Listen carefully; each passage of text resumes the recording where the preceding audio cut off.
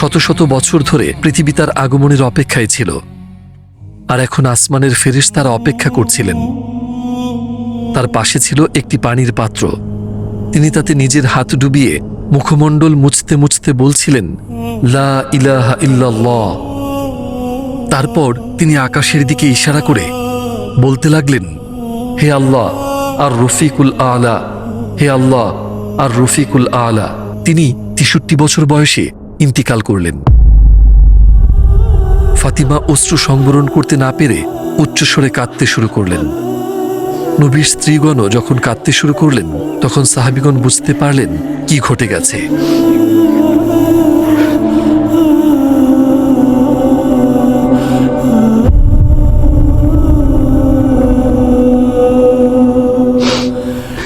আলী সেখানে ঠায় দাঁড়িয়েছিলেন পাথরের মূর্তির মতো। তার চোখ অশ্রুতে ভরে উঠেছিল। উসমান ছিলেন নির্বাক, যেন তার জিহ্বা বন্ধ হয়ে গিয়েছিল। কিন্তু উমর রাদিয়াল্লাহু আনহু সেই ভয়াবহ মুহূর্তের আকস্মিক আঘাতে সম্পূর্ণ অভিভূত হয়ে পড়েছিলেন। আল্লাহর রাসূল ইন্তেকাল করেননি, তিনি জীবিত আছেন। তিনি শুধু অচেতন হয়ে পড়েছেন, যেমনটি মুসা আলাইহিস সালামের ক্ষেত্রে হয়েছিল। যেই বলবে মুহাম্মদ ইন্তেকাল করেছেন, আমি তাকে আমার তরবারি দিয়ে দ্বিখণ্ডিত করে ফেলব। সেই সময় আবু বকর ছিলেন সুনহে তার বাড়িতে। সংবাদটি শোনামাত্র তিনি দ্রুত সেখানে ছুটে এলেন। কারো দিকে না তাকিয়ে তিনি সোজা কক্ষে প্রবেশ করলেন এবং নবীর মুখমণ্ডল থেকে কাপড় সরালেন। তিনি তার কপালে চুম্বন করলেন এবং কাঁদলেন। মৃত্যুতেও আপনি কতই না সুন্দর, যেমনটি ছিলেন জীবিত অবস্থায়ও, হে আল্লাহর রাসূল। এরপর তিনি আবার তার মুখ ঢেকে দিয়ে বাইরে বেরিয়ে এলেন। তার সামনে ছিল সাহাবীদের এক সমাবেশ, যারা বুঝতে পারছিলেন না কি করবেন।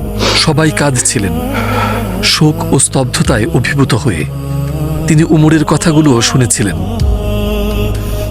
যে মুহাম্মদের ইবাদত করত, সে জেনে রাখুক মুহাম্মদ ইন্তেকাল করেছেন। আর যে আল্লাহর ইবাদত করে, সে জেনে রাখুক আল্লাহ চিরঞ্জীব, তিনি কখনো মৃত্যুবরণ করেন না। আল্লাহ বলেছেন, মুহাম্মদ তো একজন রাসূল মাত্র। তার আগে আরো বহু রাসূল দুনিয়াতে এসেছিলেন।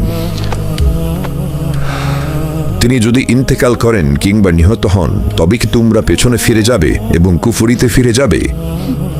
যারা এমন করবে তারা আল্লাহর কোনোই ক্ষতি করতে পারবে না, আর আল্লাহ কৃতজ্ঞদের প্রতিদান দেবেন।